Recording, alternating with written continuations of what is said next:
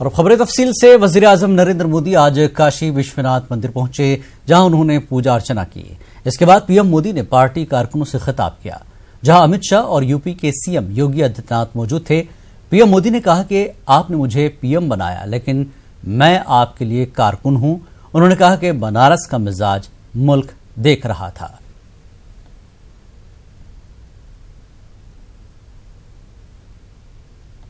एक मास पूर्व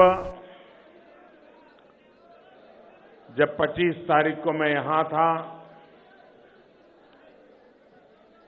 जिस आन बान शान के साथ काशी ने एक विश्व रूप दिखाया था, और वो सिर्फ काशी को प्रभावित करने वाला नहीं था, सिर्फ उत्तर प्रदेश को प्रभावित करने वाला नहीं था, उसने पूरे हिंदुस्तान को प्रभावित किया। वज़ीर आज़म नरेंद्र मोदी के अक़लियतों के ताल्लुक से दिए गए बयान पर अक़लियतों में मिला जुला रद्दअमल देखा जा रहा है। एक तबका इसे खुश आइंद पहल करार दे रहा है, तो वहीं एक तबका इसे ज़बानी जमा खर्च करार दे रहा है।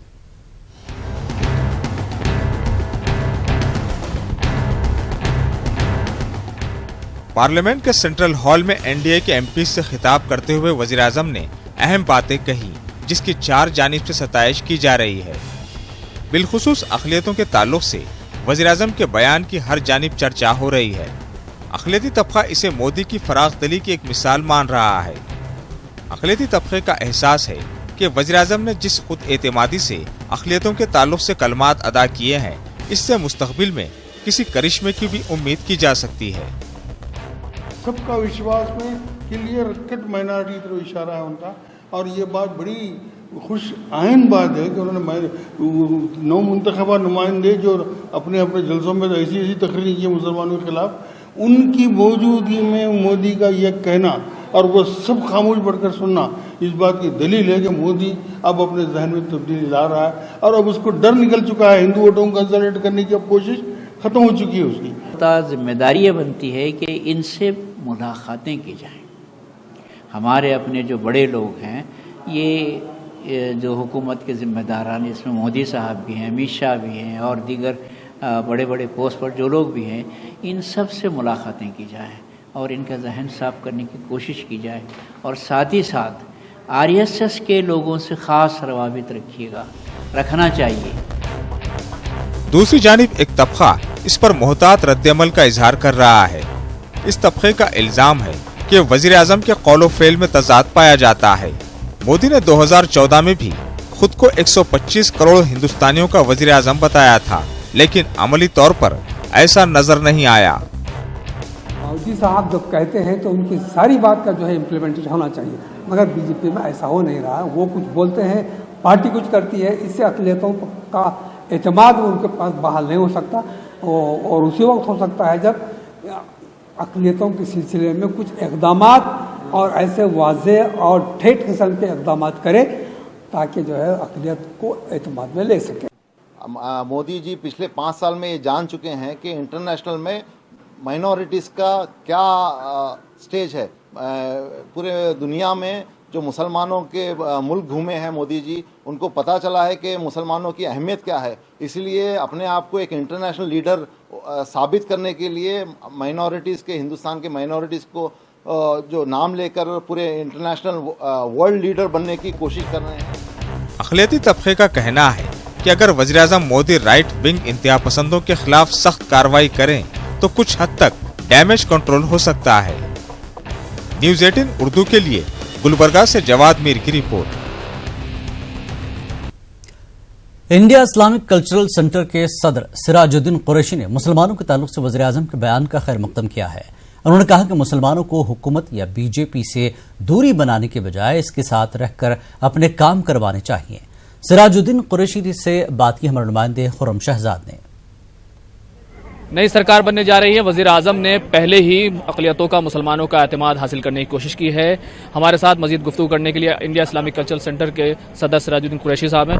कुरैशी साहब, कल जिस तरह से वजीर आजम ने बड़ी बात कही कि हम जो है अक़लियतों का विश्वास भी जीतेंगे, कितनी बड़ी बात है, कितना पॉजिटिव साइन है? देखिए, ऐसा है कि कल जो सेंट्रल हॉल में पार्लियामेंट के वज़ीर आज़म ने बयान दिया है वो काबिल तहसीन है और मैं उसको बहुत ही इनकरेजिंग मानता हूँ, ख़ास तौर पे अक़लियतों के लिए। उन्होंने इस बात को साफ कर दिया है कि मुसलमानों के साथ जो ज़्यादतियाँ होती आ रही हैं और मुसलमानों का जो वोट बैंक है उसको उसी हिसाब से इस्तेमाल किया जा रहा है। उन्होंने इस पर कहा है कि ये तकरीबन चीटिंग की बात उन्होंने कही कि तकरीबन ये चीटिंग हुई है इस माइनॉरिटी के साथ। मैं समझता हूँ कि हम लोगों को अगर उसको हम बड़े एक उसमें देखें पैरामीटर में, तो हम लोगों को अप्रिशिएट करना चाहिए और उसकी हमें तारीफ़ भी करनी चाहिए। और जब उन्होंने पहल किया है तो हम लोगों को ये भी चाहिए कि हम लोगों को उनको साथ देना चाहिए। मैं समझता हूँ कि उनकी नीयत बहुत अच्छी है और वो इस पर कुछ करना चाहते हैं, क्योंकि हरियाणा के गुरुग्राम में 25 साल मुस्लिम शख्स पर टोपी पहनने पर कुछ लोगों ने हमला कर दिया। बिहार से ताल्लुक रखने वाले मोहम्मद बाकर आलम गुरुग्राम के सदर बाजार की मस्जिद में नमाज अदा करने के बाद घर वापस लौट रहे थे। इस दौरान 4 नौजवानों ने उन्हें रोका और टोपी पहनने पर एतराज किया और जबरदस्ती टोपी उतारकर फेंक दी और थप्पड़ मारा।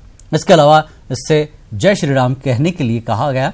इनकार करने पर लाठियों से पीटा गया। मुतासरा मुस्लिम नौजवान ने पुलिस में शिकायत दर्ज कराई है।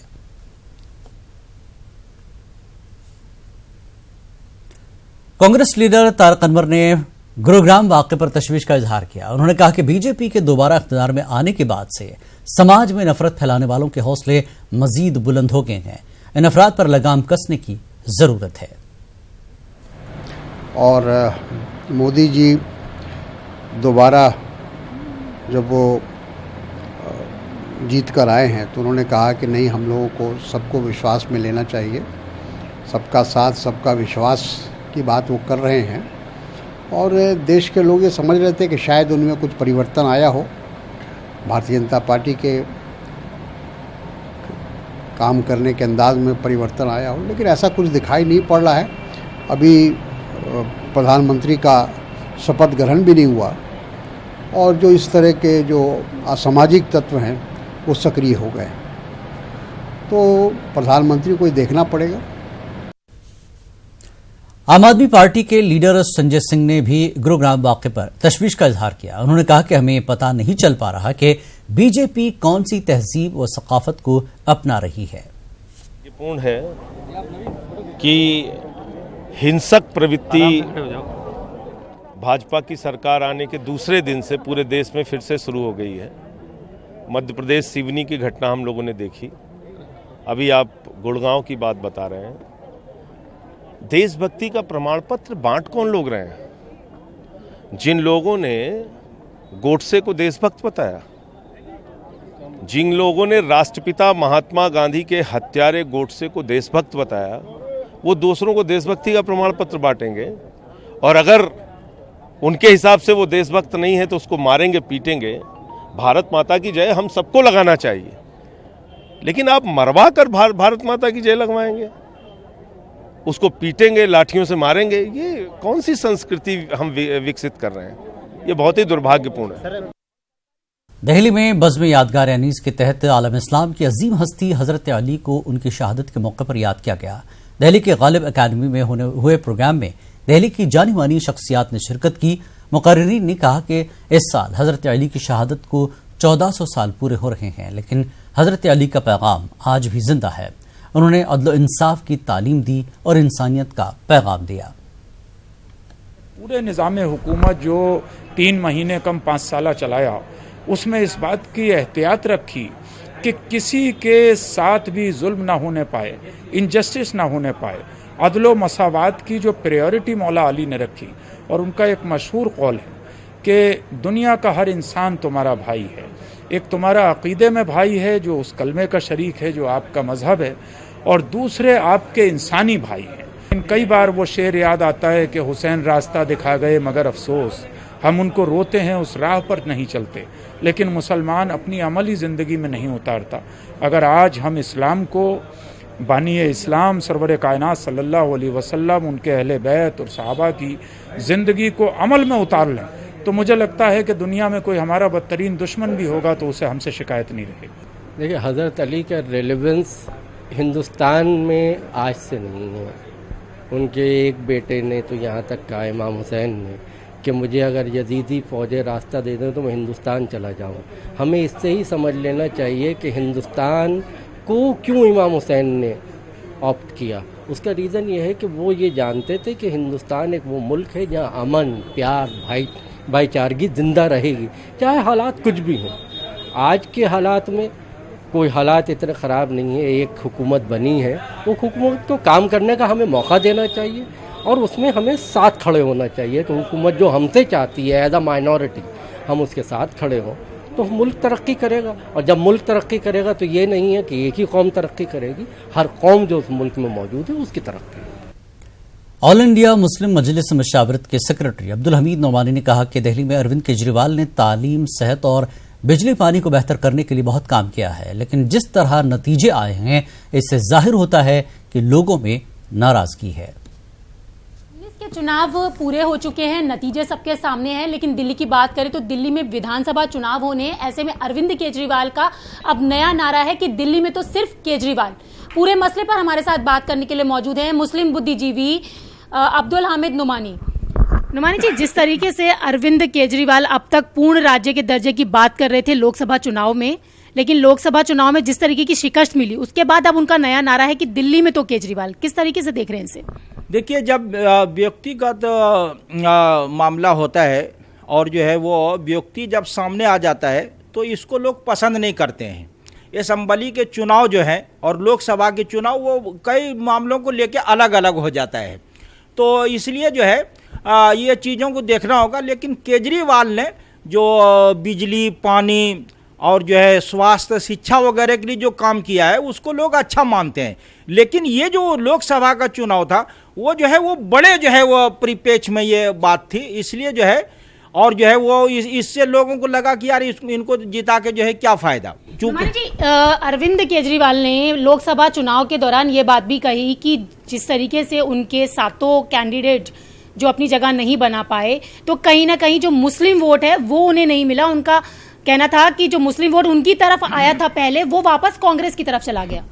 देखिए, ये जो है मुस्लिम को जो है अलग से हर पार्टियां जो है वो निशाना साधती हैं। वो उन्होंने ये नहीं कहा कि हमारी जो बिरादरी बनियों की है, अग्रवाल बिरादरी जो है गुफ्ता है, वो कहाँ जा रहा है। आप जब जो है 14%, 10% को लेके बोलते हैं और जो है आपने जो 90% लोगों को नहीं बोलते हैं, 80% लोगों के बारे में नहीं बोलते हैं, तो ये तो इन लोगों ने एक जो है वो फैशन बना लिया है कि मुसलमानों के बारे में बोलना। मुसलमान ही पे क्यों दारोमदार है? मुसलमानों का आपने टिकट दिया था।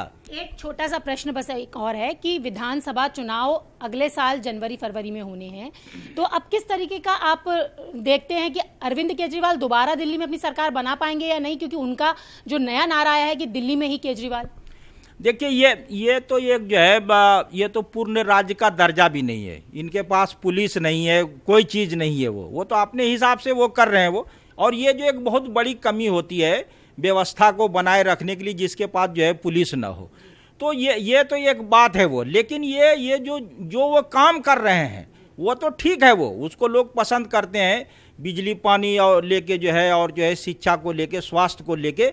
लेकिन ये चीज़ें जो है वो दूसरे नंबर पे है, ये सबको मान लेना चाहिए। अभी भावुक मुद्दा जो है वो हिंदुत्व और राष्ट्रवाद का है, और इन दो चीज़ों के बारे में अगर लोगों ने जो है अपनी नीति को स्पष्ट नहीं किया, जनता को समझाया नहीं, तो वो यही जो है परिणाम आएंगे जो अब आया है। तो आपने देखा, ये थे हमारे साथ बात करने के लिए अब्दुल हमीद नुमानी, जिनका कहना है कि जब तक हिंदुत्व और राष्ट्रवाद पर चीजें साफ नहीं होंगे तो उसके बाद विधानसभा चुनाव में भी इसी तरीके के परिणाम होने का अनुमान लगाया जा सकता है। कैमरा पर्सन रमेश रत्नाकर के साथ मैं रचना, न्यूज़ 18 दिल्ली। मुल्क के पहले वजीर आजम पंडित जवाहरलाल नेहरू की आज 55वीं बरसी है। इस मौके पर मुल्क भर में उन्हें खराज अकीदत पेश किया जा रहा है। वजीर आजम नरेंद्र मोदी ने ट्वीट कर जवाहरलाल नेहरू को खराज अकीदत पेश किया। यूपीए की चेयरपर्सन सोनिया गांधी, कांग्रेस सदर राहुल गांधी ने दिल्ली की शांतिवन पहुंचकर नेहरू की समाधि पर गुलहाए अकीदत पेश कर उन्हें याद किया। इस मौके पर कांग्रेस के कई सीनियर लीडर और कारकुन भी मौजूद रहे।